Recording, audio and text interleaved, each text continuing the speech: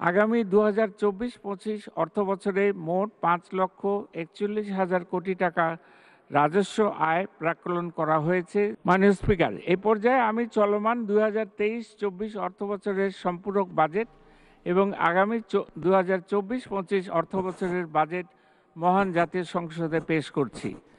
আগামী অর্থবছরের বাজেট প্রণয়নের পূর্বে আমি অর্থনীতিবিদ, সাংবাদিক, সুশীল সমাজের প্রতিনিধি এবং মাননীয় সংসদ সদস্যবৃন্দ সহ সমাজের সকল স্তরের প্রতিনিধিদের সঙ্গে আলোচনা করেছি এবং তাদের মূল্যবান মতামত বাজেটে যথাসম্ভব প্রতিফলনের চেষ্টা করেছি।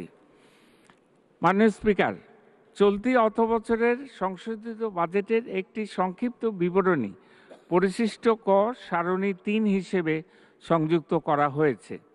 2023-24 অর্থবছরের সম্পূরক বাজেটে রাজস্ব আহরণের লক্ষ্যমাত্রা মূল বাজেট হতে 22,000 কোটি টাকা হ্রাস করে 4,78,000 কোটি টাকা রাখার প্রস্তাব করছি।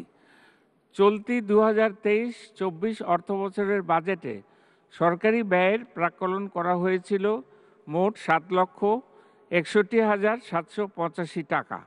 এবছরের মার্চ পর্যন্ত ব্যয়ের অগ্রগতি বিবেচনায় 7,14,418 কোটি টাকার সংশোধিত বরাদ্দের প্রস্তাব করছি। সংশোধিত বার্ষিক উন্নয়ন কর্মসূচির আকার 2,45,000 কোটি টাকা নির্ধারণের প্রস্তাব করছি। সংশোধিত বাজেটে 2,36,418 কোটি টাকার ঘাটতি প্রস্তাব করছি, যা জিডিপির 4.7%। এর মধ্যে 1,56,625 কোটি টাকা অভ্যন্তরীণ উৎস হতে এবং 79,793 কোটি টাকা বৈদেশিক উৎস হতে নির্বাহ করার প্রস্তাব করছি। মাননীয় স্পিকার, এই পর্যায়ে আমি আগামী 2024-25 অর্থবছরের বাজেট কাঠামোর উপর আলোকপাত করব। আগামী 2024-25 অর্থবছরে মোট 5,41,000 কোটি টাকা রাজস্ব আয় প্রাক্কলন করা হয়েছে, যা জিডিপির 9.7%। এর মধ্যে জাতীয় রাজস্ব বোর্ডের মাধ্যমে 4,80,000 কোটি টাকা এবং অন্যান্য উৎস হতে 61,000 কোটি টাকা সংগ্রহ করার প্রস্তাব করছি। আগামী 2024-25 অর্থবছরে বাজেটের আকার প্রাক্কলন করা হয়েছে 7,97,000 কোটি টাকা, যা জিডিপির 14.2%।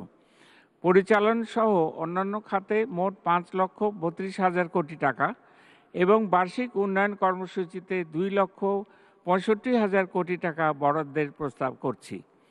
আগামী 2024-25 অর্থবছরে সামাজিক অবকাঠামো, ভৌত অবকাঠামো এবং সাধারণ সেবা খাত, এই তিনটি অংশে বিভক্ত আমাদের সামগ্রিক ব্যয়ের কাঠামো পরিশিষ্ট ক এর সারণী 6-এ উপস্থাপন করা হয়েছে। 2024-25 অর্থবছরের প্রস্তাবিত বাজেটে ঘাটতির পরিমাণ দাঁড়াবে 2,56,000 কোটি টাকা, যা জিডিপির 4.6%। এই হার গত বাজেটে ছিল 5.2%। প্রস্তাবিত বাজেটে মোট ঘাটতির মধ্যে 1,60,900 কোটি টাকা অভ্যন্তরীণ উৎস হতে এবং 95,100 কোটি টাকা বৈদেশিক অর্থ হতে নির্বাহ করার জন্য প্রস্তাব পেশ করছি।